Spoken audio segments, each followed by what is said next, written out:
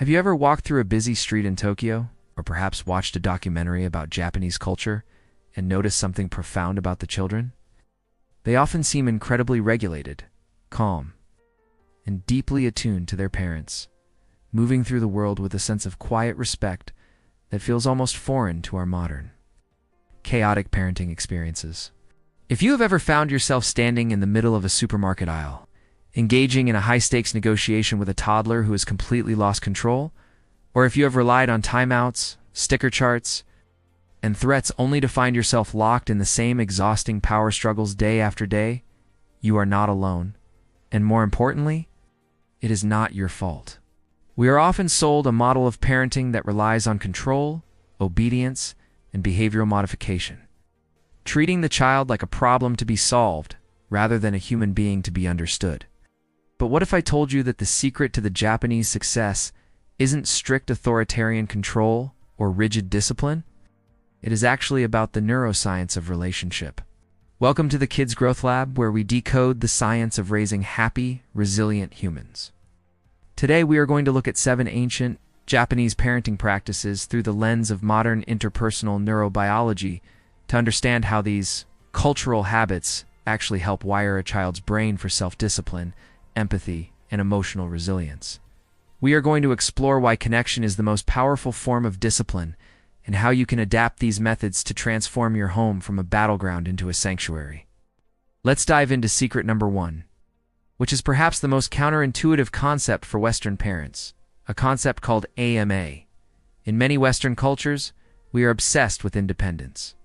We worry that if we hold our babies too much or let them sleep near us, we are creating bad habits or raising a clingy child.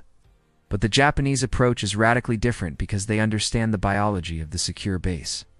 AMA translates roughly to presumed indulgence or the ability to depend completely on another person's kindness. From a neurobiological perspective, this is about building a secure attachment style. When Japanese mothers keep their toddlers physically close, carry them everywhere, and respond instantly to their cries, they aren't spoiling the child. They are soothing the child's developing nervous system.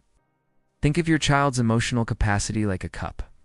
If the cup is empty, they become anxious, demanding, and dysregulated, constantly pulling on you for attention, because they are biologically starving for connection.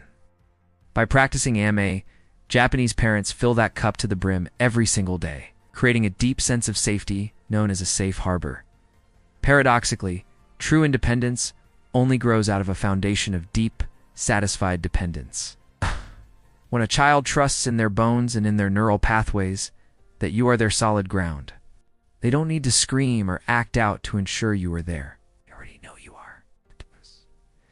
This deep trust means they naturally want to preserve the harmony of the relationship, making them more cooperative not out of fear, but out of love.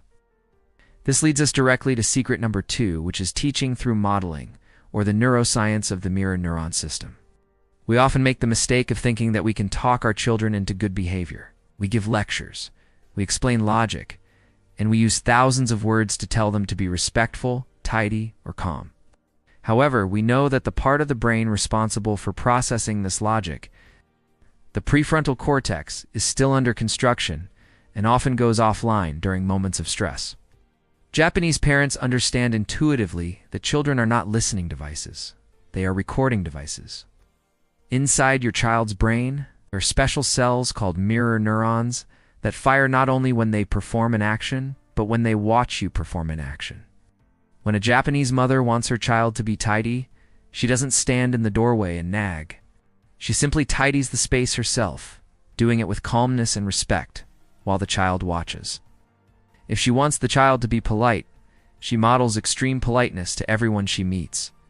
The child's brain literally mirrors that state, absorbing your behavior, your tone of voice, and your emotional regulation as the standard operating procedure for life. If we yell at our kids to stop yelling, or if we aggressively command them to be gentle, we are creating a neurological dissonance where our actions contradict our words, and the brain always prioritizes the action. So if we want regulated, respectful kids, we have to stop lecturing and start embodying the regulation we want to see. Realizing that our state of being is the most powerful teaching tool we possess. This brings us to secret number 3, the power of we over I, which fosters mindsight. Japanese culture is collective, emphasizing the harmony of the group over the desires of the individual. And while we might value individualism, there is a profound lesson here about empathy. In the West, we often ask children, "What do you want?" or "How do you feel?" hyper-focusing on the self. In contrast, Japanese parenting encourages the child to see themselves as part of a larger ecosystem. Instead of saying, "Stop making noise because I said so," a parent might say, "Let's use quiet voices so the people around us can enjoy their meal in peace." This simple shift invites the child to use their upstairs brain, the thinking, relational part of the brain, to consider the minds of others. This is called mindsight, the ability to see the mind of another person. By constantly framing behavior in the context of the relationship and the community, the child learns that their actions have ripples. They move from impulsive, self-centered behavior to considerate, community-focused behavior, not because they are following a rule, but because they feel a sense of belonging and responsibility to the group. They learn that being good isn't about obedience to authority. It's about taking care of the people around them. Now that we have established the foundation of connection, let's look at how we handle the inevitable challenges of growing up. This brings us to secret number 4, which is choosing natural consequences over punishment. Traditional punishments like timeouts, shaming, or taking away privileges often activate a child's downstairs brain, the primitive, reptilian part responsible for the fight, flight, or freeze response. When you punish a child, their brain detects a threat, and instead of reflecting on their mistake, they focus entirely on defending themselves or resenting you. Japanese parents tend to take a step back and let reality do the teaching. If a child refuses to wear a jacket on a cold day, the parent doesn't engage in a power struggle. They bring the jacket along and let the child feel the cold. When the child says, "I'm freezing," the parent offers the jacket with empathy, saying, "I know, it's really cold today," rather than saying, "I told you so." By removing the shame and the lecture, the parent keeps the child's brain receptive and open to learning. The child learns a lesson about physics and biology when I don't wear a coat. I get cold, rather than a lesson about relational conflict. When I don't obey mom, she gets angry. This builds internal logic and genuine self-discipline, because the child is learning to navigate the world, not just navigate your mood. Secret number 5 is building responsibility through daily tasks. In Japan, you will often see very young children serving lunch to their classmates or cleaning their own classrooms. This isn't about child labor or getting chores done. It is about the neurobiology of dopamine and the psychological need for significance. Human beings, no matter how small, have a deep need to feel capable and needed. When we do everything for our kids, treating them like royalty who must be served, we inadvertently rob them of the chance to feel competent.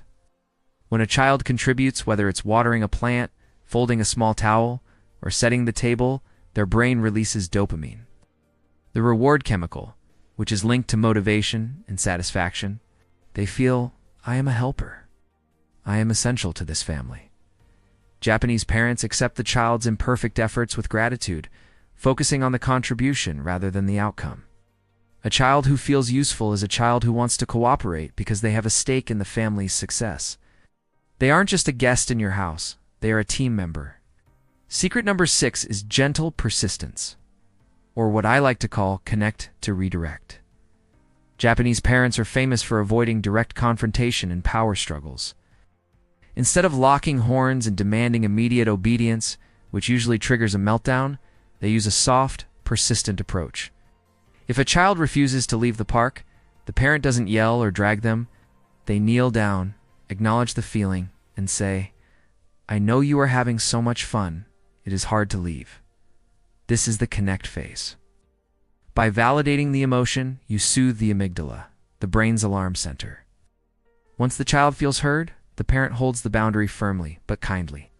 "We do need to go now, but we can come back tomorrow." They might repeat this calmly 3 or 4 times. This approach maintains the relationship even during the conflict, teaching the child that boundaries are firm and safe, but they don't need to be scary. It teaches the child that you are on their side, even when you are saying no. Finally, secret number 7 is perhaps the most critical for modern parents: co-regulation, or acting as the external brain. Japanese parents understand that a dysregulated adult cannot regulate a dysregulated child. If your child is screaming and you start screaming, you have both flipped your lids and no learning can take place. Japanese culture emphasizes the parent becoming the calm anchor in the storm. When a child melts down, the parent stays physically close, often silent, or speaking in a very low tone. This is based on the biology of nervous system resonance. Your calm nervous system literally communicates with your child's chaotic nervous system, helping them come back to balance. You act as their external prefrontal cortex until theirs creates the connections to do it alone. Over time, through thousands of these interactions where you lend them your calm, the child internalizes this ability. They learn to self-soothe because you soothed them first. So how do we apply this in our busy modern lives? You don't need to move to Japan or change your entire life overnight. You just need to shift your focus from controlling behavior to connecting with the brain. Start small. Pick one area, maybe it's filling their cup with Amae in the morning, or practicing co-regulation when you feel your own temper rising. Remember, parenting is a marathon, not a sprint. It's not about being perfect. It's about the repeated small moments of attunement that wire your child's brain for a lifetime of resilience, kindness, and emotional intelligence. If you found this deep dive helpful, please like and subscribe to the Kids Growth Lab, and let's keep learning and growing together. Parenting is the hardest job in the world, but when we understand the science behind the connection, it becomes the most rewarding journey of our lives.